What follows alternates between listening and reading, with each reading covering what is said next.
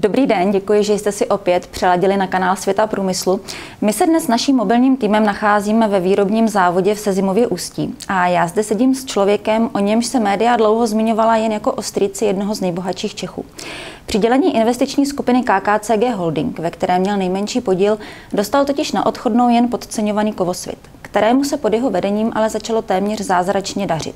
Dnes je úspěšným podnikatelem, zaměstnanci jej nazývají novodobým Baťou a s médií komunikuje jen vzácně. Naším dnešním hostem není nikdo jiný než inženýr František Komárek, majitel a jediný akcionář strojírenské společnosti Kovosvit MÁS. Dobrý den. Dobrý den. Pane předsedo představenstva, společnost Kovosvit oslaví 75. výročí od svého založení. V roce 1939 jej založil Tomáš Baťa. Jaké to pro vás bylo přebírat společnost s téměř 70letou tradicí? Víte, když vstupujete do fabriky, která je téměř na kraji bankrotu, tak to není příjemná záležitost.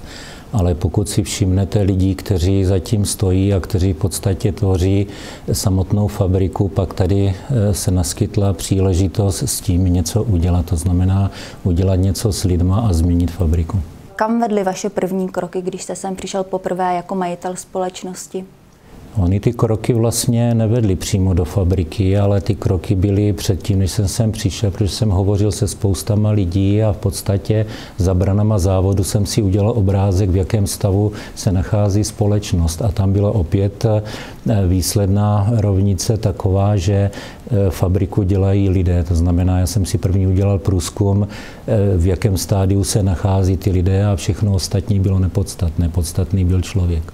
Takže jste cítil břímě zodpovědnosti za osud zaměstnanců fabriky a za ten podnik jako takový. Jaká rozhodnutí byla z vašeho pohledu nejtěžší, ale zároveň pro záchranu podniku nejdůležitější? Víte, jestliže přijdete z jiné branže do strojírenství, o kterém jste moc nevěděli, tak je tady jakási úcta k tomu strojírenství a nevíte, kde to máte chytit, aby ta situace se zlepšila. A pokud se spolehnete na to, co člověk dělal, nebo co jsem dělal celá léta ve svém životě, to byla práce s lidma, takže jsem uchopil práci s lidma a začal jsem pracovat na přeměně lidského potenciálu, především na klíčových pozicích v této fabrice. Vy se netajíte tím, že vaším vzorem je Tomáš Baťa. Co vás ovlivnilo nejvíce, nebo čím vás Tomáš Baťa ovlivnil nejvíce? Každý člověk, každý podnikatel má svůj rukopis a je to vidět potom na jeho práci a na výsledku jejich práce. A Baťa měl obdobný rukopis. Když si odmyslíme těch 75 let, kdy tady vlastně zakládal tuto společnost, tak rukopis mám obdobný. To znamená, pro něho byl důležitý člověk. Vytvářet mu podmínky na to, aby mohl práci odevzdat co nejvíc a byl nejvýkonnější. A to je taky i můj styl, takže vytvářím lidem podmínky pro to, aby se mohli práci věnovat na 100%, aby jejich práce byla jejich i uspokojením. A jaký je František Komárek jako majitel? Tuto otázku byste měla spíš položit zaměstnancům, ale troufám si říct, že jsem tvrdý i vůči lidem a vůči sobě a především vím, co chci. Jestliže Baťa věděl, co chce a vybudovat impérium, tak já vím taky, co chci. A teďka postupnými kroky se k tomu dopracováváme. Samozřejmě taky naslouchám názorům lidem. Jaký jsem člověk, který rád vyslechne pozitivní, ale hlavně i negativní zprávy, protože ty mohou potom napravovat, nebo mohu napravovat se svýma lidma a posouvat společnost dál. Takže cítím se být obdobně o těch pár let mladší, jak Baťa v tomto biznisu. Jak se vaše společnost vyrovnává s nedostatkem technicky a technologicky vzdělaných lidí? Já myslím, že to je celorepublikový problém, protože školství, nechci to komentovat, určitě bylo podceněné. a dnešní snahou je najít alternativní řešení a to je spolupráce se školama, s vysokýma školama. Myslím si, že v tomto směru se nám daří a v podstatě jsme se rozhodli, že nemůžeme spolíhat na cizí pomoc a co si sami neuděláme, to potom nemáme. I když je třeba říct, že třeba kdy v Sezímovém Ústí střední škola nám velmi vychází vstříc, je tady pro nás vytvářeno nové mládí, horší je to na vysokých školách, ale i tam se nám daří vytvářet jakési buňky mladých vysokoškoláků, kteří pracují na našich projektech a v minulém měsíci jsme otvírali takové, bych řekl, studium, kde se nám hlásí mladé talenty a chtějí pracovat v prospěch Kovosvitu, takže nahrazujeme tím do jisté míry školství, ale k obrazu svému. Vy jste exportně orientovaná společnost. Jak hodnotíte spolupráci Ministerstva průmyslu a obchodu a Ministerstva zahraničních věcí? Při mnohých cestách v zahraničí mě velmi udivalo, velmi se mi líbilo, když někteří velvyslanci především západních zemí vytváří podmínky pro své podnikatele a vyloženě pro ně lobují.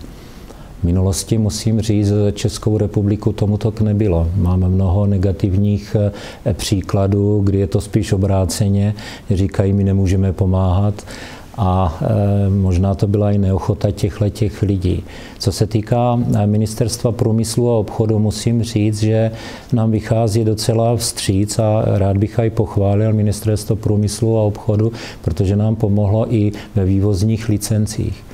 Byla to problematika, kterou jsme dlouho řešili a nakonec vstřícným gestem, především i pana náměstka Hovorky na Ministerstvu průmyslu a obchodu, potažmo taky i současného ministra se podařilo tuto otázku vyřešit. Netroufám si říct a hodnotit Ministerstvo zahraničí, ale mám spíš negativní zkušenost, že příliš nám moc nepomáhají ve smyslu v porovnání s těma západníma diplomatama. A slibujete si třeba od nových vládních struktur určitý posun k lepšímu? Podnikatelský sektor by měl využívat tu sílu, kterou má. Jestliže se cítíme silní v kramflecích a vytváříme hodnoty, na kterých stojí i stát, to znamená z našich daní, měli bychom se více ozývat, více politikům říkat, co nás bolí, co nás trápí, aby nám pomáhali, ne uškozovali. A především v tom, v čem vidím problém, je ukvapené vyjadřování se k problémům, o kterých příliš moc nevědí. Celý svět je postavený na penězích, na ekonomice a pokud je plácnuté jenom někde do vody nějaké gesto, tak nás to poškozuje a hodně nás to poškozuje. To znamená, myslím si, že i to Ministerstvo zahraničí by mělo v tomto segmentu nám pomoct a myslím si celá vláda, ale je to taky na nás, ozývat se buď napřímo přes různá sdružení a hovořit těm lidem a pomáhat jim pochopit, na čem stojí základy ekonomiky. Dokonce si někdy myslím, že politici by měli jít, pokud jsou středoškolsky nebo vysokoškolsky vzdělaní, měli být na jeden semestr ekonomiky o státu, aby věděli, z čeho stát žije a kdo jich vlastně platí. A jaká jsou vaše hlavní exportní teritoria? Tak především je to Rusko a vůbec bývalé státy SNS, protože tam je pro nás teďka opravdu velmi zajímavé teritorium. Navíc jsme vytvořili v Rusku společný podnik a de facto vyvážíme 60 a tento rok to bude asi 68% naší produkce.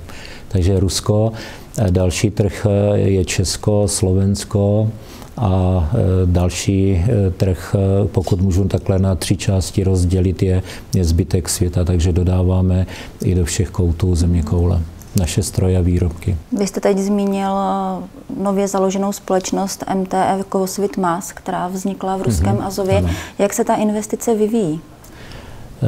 Myslím si, že velmi pozitivně. My jsme v podstatě 2 roky intenzivně hledali partnera, s kterým bychom do tohoto projektu šli. Nakonec se podařilo najít současného partnera a musím říct, že ty záměry a cíle, které jsme si dali, naplňujeme a troufám si říct, že i mnohem rychleji, než jsme předpokládali. Takže ano, Tento projekt v mých očích je opravdu velmi zajímavý a životaschopný a ukazuje se, že své místo na ruském trhu má a začínáme být vidět v téměř všech koutech Ruské federace, takže co jiného si můžeme přát. Znamená to tedy, že ta nově vzniklá společnost bude přebírat ten export, který vlastně šel z Kovosvitu směrem do Ruska? Kovosvit, tak jak jsem úvodem řekl, stojí na umu lidí, na know-how a to chci a do budoucna budu držet především se Zimově Ústí, to znamená vývojová základna, ta musí být prostě tady, protože tady jsou koncentrovaní lidi, kteří tu problematiku znají a v Rusku budeme řešit spíš množstevní věci, to znamená některé řady strojů přemísťujeme a budeme přemísťovat do Ruské federace, protože pokud rozjíždíte sériovou výrobu, tak je levnější, je konkurenceschopnější. Takže některé typy výrobků se budou vyrábět v Azově v Ruské federaci. A chystáte investice podobného významu a rozsahu i někde jinde za hranicemi? Samozřejmě, pokud jsem vám tady řekl jako druhou věc v úvodu, že vím, co chci, tak samozřejmě ano, ale je předčasné ještě o tomto hovořit, protože jako akcionář této společnosti mám i jiné záměry a chci taky diverzifikovat portfolio svého biznisu. Ale můžu říct, že je to oblast strojírenství, energetiky, zemědělství a zdravotnictví. V těchto 4 segmentech se pohybuji a budu pohybovat. A jaké konkrétní plány máte pro Kovosvit na dalších, řekněme, 5 let? Zcela konkrétní. Před týdnem jsme měli představenstvo, na kterém jsme schvalovali koncepci a střednědobý plán. A ty plány jsou víceméně velmi smělé. Jestliže se nám podařilo za necelé 3 roky zdvojnásobit tržby, tak v této logice budeme pokračovat dál. Takže až budete za 5 let slavit 80. výročí založení společnosti, co by vám udělalo největší radost? Aby tady byli stále dobří lidé, erudovaní, aby tady byli lidé, kteří mají chuť se učit a drželi krok s konkurencí. Pokud mám hovořit o číslech, tak aby na jednoho zaměstnance jsme dělali tržby srovnatelné v tomto oboru, což je někde kolem 5 milionů na hlavu. A abychom dělali tržby spolu s Azovem někde přes 6-7 miliard. Tak já vám popřeji, ať se vaše cíle naplní, ať se Kovosvitu daří tak, jak se mu dařilo. A s vámi diváci se loučím a těším se s vámi na viděnou u dalšího z rozhovoru pro Svět průmyslu.